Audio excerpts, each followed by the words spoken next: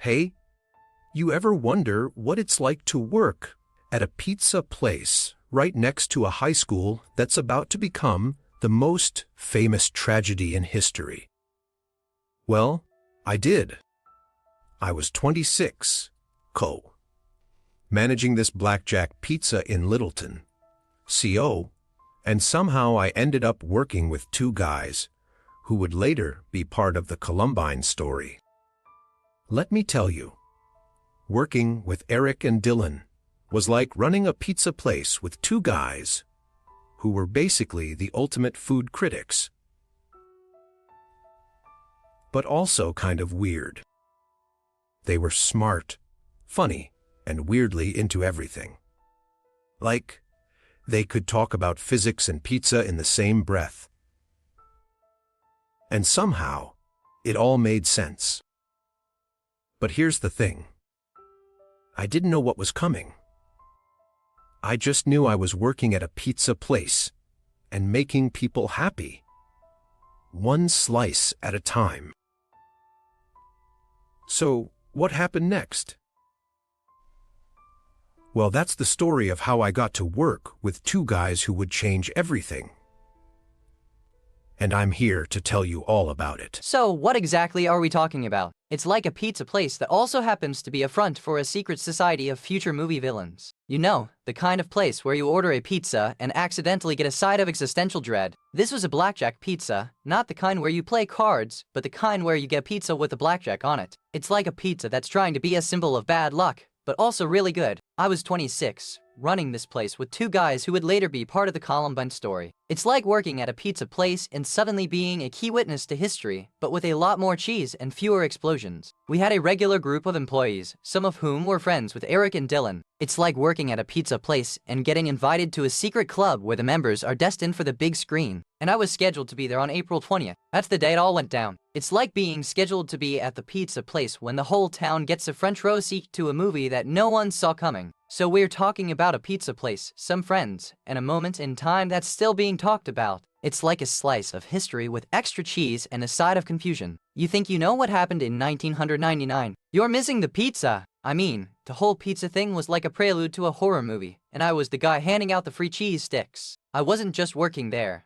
I was living the weird, 90s era reality where high schoolers were your coworkers, and the only thing more chaotic than the lunch rush was a kid named Eric H. who was obsessed with the color red. It's not like we were all besties or anything. We were just regular people trying to survive the lunch rush, and then, well, you know the rest. I mean, how do you explain that to a pizza box? So yeah, I was there. I was the guy who saw it all before it went down. You should care because, well, you should care about pizza. And also because the past is weird, and it's way more interesting than you think. So, 1999, I'm 26, running a pizza joint in Littleton, just a block away from this school that's about to go off the rails. We had a few of the Columbine crew working there, like Eric and Dylan. They were like the weird cousins who came to get pizza and then started a conversation about the meaning of life. We were all chill, doing pizza, making jokes, and maybe a little bit of weird stuff. I didn't know what was coming, and they didn't either. I mean, we were all just kids in a pizza place, right? Who would think this was going to be the start of something big? Eric and Dylan were there every day, like clockwork. They'd come in, eat pizza, and then talk about this and that like they were just normal kids. I didn't realize they were part of this weird group that was gonna do something totally bonkers.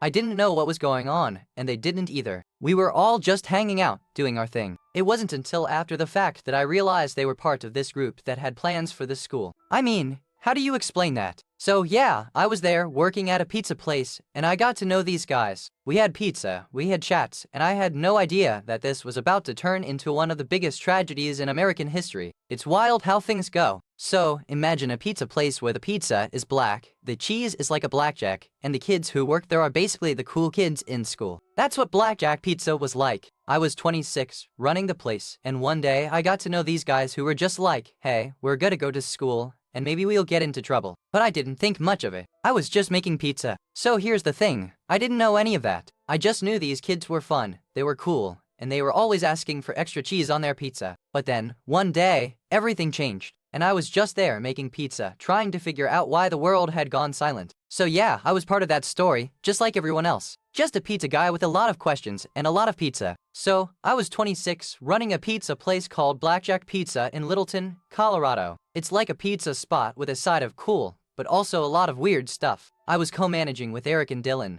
who were like the chill guys you'd see hanging out by the door. We were just regular guys, working late shifts, making pizzas, and talking about the weird stuff that goes on in a small town. Like, who knew a pizza place could be a front row seat to a big drama? Eric and Dylan were part of the group that hung out there a lot. They'd come in, order pizza, chat about school, and maybe even sneak in a few jokes. It was like a buddy system, but with more cheese and fewer rules. We didn't know what was coming, obviously, but I did know that Eric and Dylan were part of something bigger, something serious. But I didn't think it would happen in the next few weeks. So, step 1, the setup. I was 26, running a pizza place and working with 2 guys who were going to change everything. But I didn't know that yet. And honestly, I'm still not sure I do. So, step 2 is the mechanism. Think of it like a vending machine, but with a lot more drama. You press a button, and then boom, you get your thing. In our case, the button was the order and the machine was the kitchen. Eric and Dylan would shout orders and I'd run like I was in a race. It was chaos, but it worked. The kitchen was like a tiny war zone. Flambéed cheese, burning bread, and the occasional employee who looked like they were about to cry. But we kept it all together. The real magic was the timing. You had to be fast, but also calm. Like a ninja with a pizza hat, but not too much. It's a fine line. And then the pizza came out. It was hot, it was cheesy, and it was the only thing that kept us sane. Mostly. So here's the kicker, the twist that makes it work. You think you're just making pizza,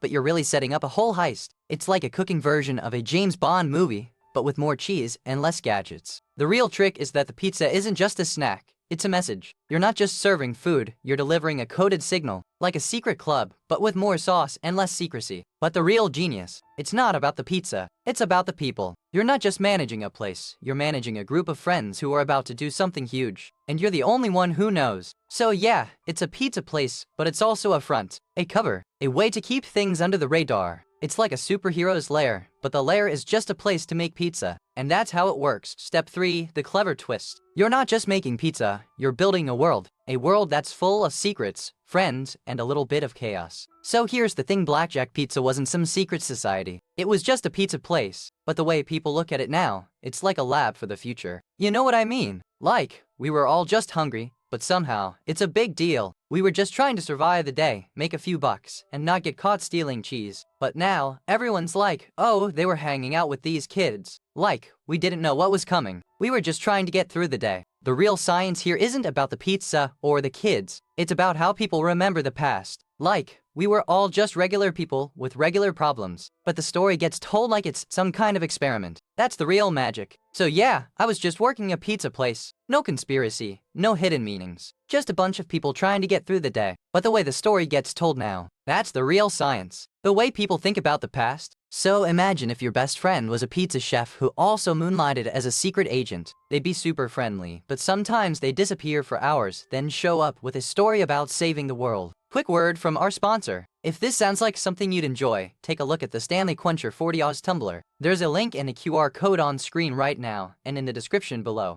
Alright, back to it. One day they'd show up with a backpack full of snacks and say, I'm gonna go help the world, but I'll be back for dinner. Then they'd vanish like a ghost, leaving you to eat alone. Then they'd come back, all smug and tired, and say, I saved a few people today. And you'd be like, that's great, but I'm still hungry.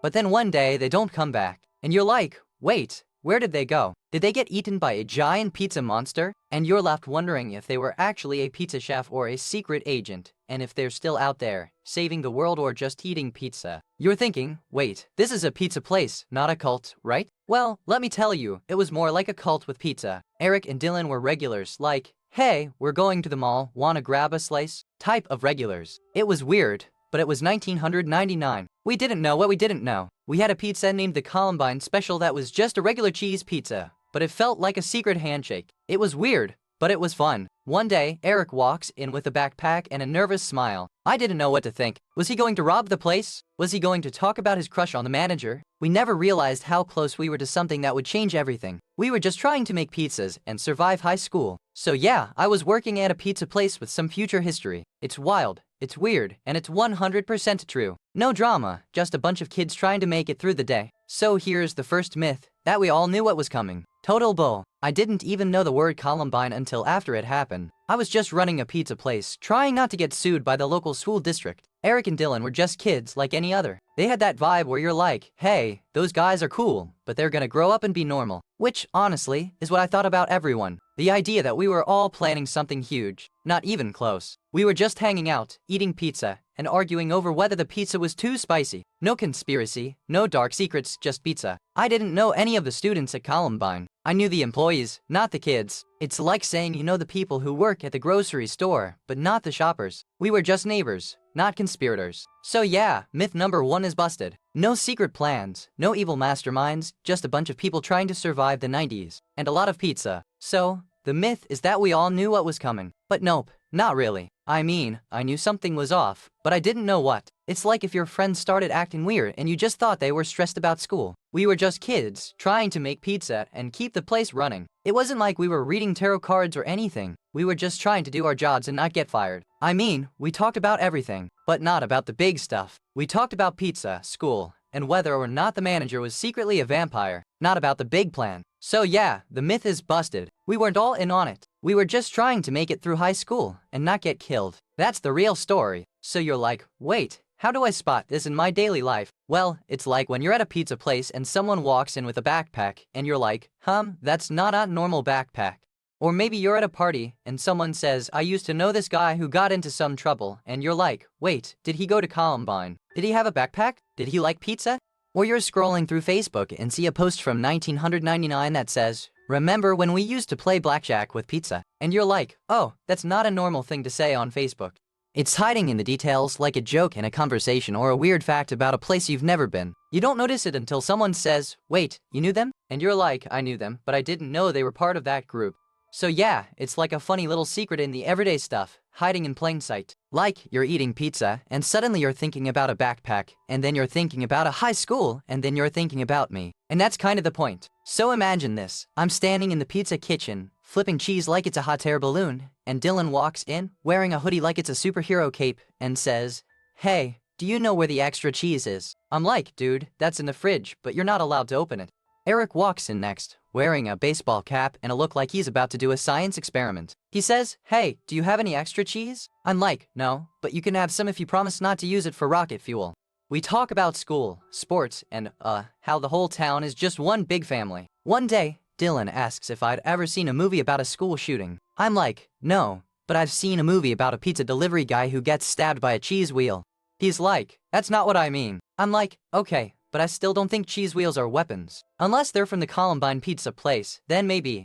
We laugh about it, then move on to the next shift. No one knows what's coming, but the cheese is still hot and the pizza is still good. So, we're not just talking about a pizza place, we're talking about a place where the energy was so high, it felt like we were in a video game. Like, every day was a new level, and we were level 99. The kids at the pizza place were like the main characters in a story, and we were just the side characters trying to keep up. One day, someone would bring in a skateboard, and we'd all just roll with it. There were moments when it felt like we were all part of a secret club, like the pizza place was a front for something bigger. But really, it was just a bunch of friends hanging out, eating pizza, and being weird. You know what's wild? We were all just trying to make it through the day, but somehow we ended up in the middle of something huge. Like, we were the background music to a tragic symphony. The whole thing was like a movie scene, and we were just the extras. But man, those extras had a lot of energy. Like, they could light up a room with just their presence. So yeah, we were just a bunch of weirdos at a pizza place, but the chaos we created, that's the stuff that gets remembered. Even if it was just pizza and pizza and pizza. So the whole thing is like a bad game of charades, but with more guns and fewer rules. You're trying to act normal, but the tension is so thick you could slice it with a cheese grater. The place is packed, but everyone's too scared to talk. You can hear the whispers like a broken radio, and every glance feels like a spotlight. Then the chaos hits like a meatball dropped in a blender. People start running, screaming, and the place turns into a scene from a horror movie that's also a pizza commercial. You're trying to stay calm,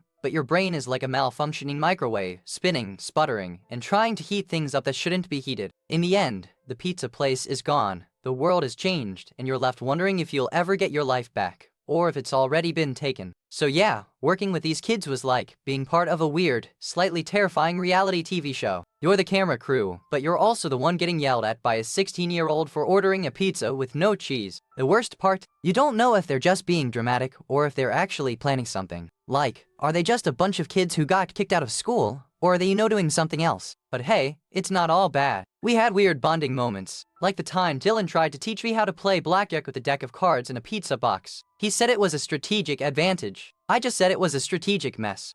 And Eric, he was just Eric. He'd come in with his crew, order a pizza, and then start talking about the future of education. I mean, he was 16, and he was already thinking about changing the world. I was just thinking about getting a discount on a large pepperoni. The thing is, I never realized how much of a role I played in this. Like, I was just a pizza guy, but now I'm part of this weird, heavy history. It's like being the guy who served the last pizza before the apocalypse. So yeah, I'm not the hero, I'm not the villain. I'm just the guy who gave them a free pizza once. And now I'm stuck with the story. So how did we even figure out that some kids were gonna do that? It's like, how do you know someone's gonna blow up a school? Well, you don't. You don't. It's like trying to predict a kid who's gonna throw a tantrum at a birthday party. You just wait and see. Quick word from our sponsor. If this sounds like something you'd enjoy, take a look at the Kindle Paperwhite e-reader. There's a link and a QR code on screen right now, and in the description below. Alright, back to it. But here's the thing, sometimes the signs are there. Like, if a kid starts talking about the bomb in class, or keeps asking where the exits are. You know, like a kid who keeps saying I'm gonna kill everyone in math class. But even then, it's not like they're flashing a neon sign. You don't know. You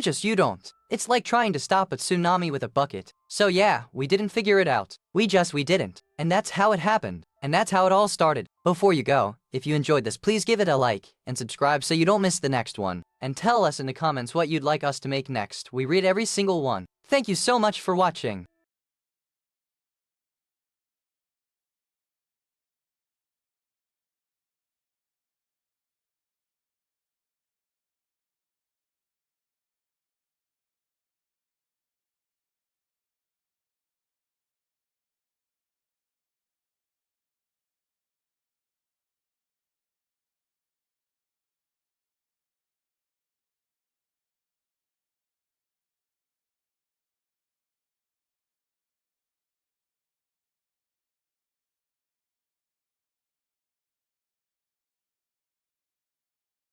Comment this emoji if you made it to the end.